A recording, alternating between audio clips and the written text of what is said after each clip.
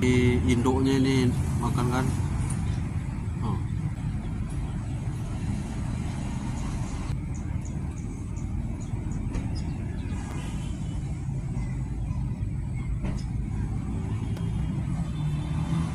Tuh, tuh.